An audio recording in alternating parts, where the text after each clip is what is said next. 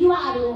त्यसकारण देशमा असल सुशासनको प्रजावृत्ति गर्न, देशलाई आर्थिक उन्नति प्रगतिमा धकेल्न, सुखी नेपाली र समृद्ध नेपालको सपना पूरा गर्न नेकपा एमाले सक्छ भन्ने हामीलाई विश्वास लागेको छ।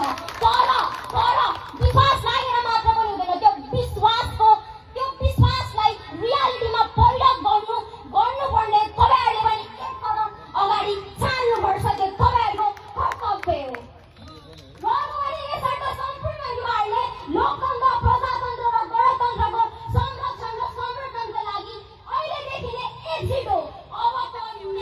अबको नेतृत्व गर्ने पारो भनेको हामी युवाहरूको। अहिले नआए कहिले आउँछ, अहिले नगरे कहिले गर्ने, मरि नगरेर कसले गर्ने, भावी पिँढीले गर्दैन। त्यसैले सबैजना एकजुट हो। विकास हामीलाई यस्तो चाहिएको हो कि विकास हामीलाई चाहिँदैन, हामीलाई दिगो विकास चाहिएको। Sustainable development meeting the need of today generation without compromising the need of future generation to meet them. हामी युवाहरू नेकपा एमालेको विचार, नीति र कार्यक्रमलाई युवा, आमा, बुबा, दाजु, भाइ तथा दिदीबहिनीहरूमा विशेष आह्वान गर्दछ।